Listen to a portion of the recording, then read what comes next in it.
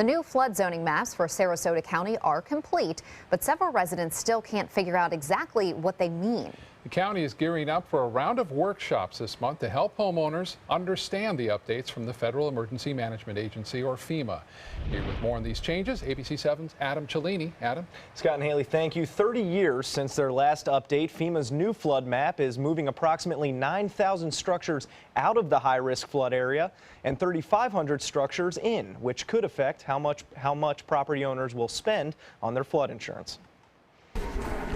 Mary Ann Snow moved into her Northport home 3 years ago without flood insurance. But to stay with her mortgage lender, she may need to get some, thanks to FEMA's newly drawn flood zones. The problem is, those maps can be a little confusing. We put everything we had when we came here in this house, and so a lot's writing on what all their maps say. To continue helping residents grasp the new map, Bob Laura and Sarasota County Public Works are holding 6 open house workshops this month. Everyone is in a flood risk zone. Some are in a higher risk zone, some are in a lower risk zone. So we have the information to show if your risk is changing now. FEMA has added more than 28,000 parcels in Sarasota County to the high-risk flood zone. The county says they convinced FEMA to move nearly 15,000 structures out of high-risk areas after FEMA released its preliminary map last year. We want to accurately map the high-risk areas because those are the areas that lenders are going to tell people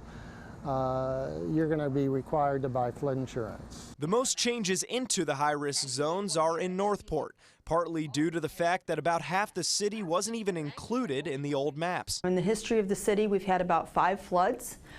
So because of that, they probably looked at our city very closely, and they should, because the objective is to protect our residents and their property. And Snow says she's already putting the Northport workshop on her calendar. You don't know where you're going to be if you don't have some idea as to what's going on, because it's very confusing.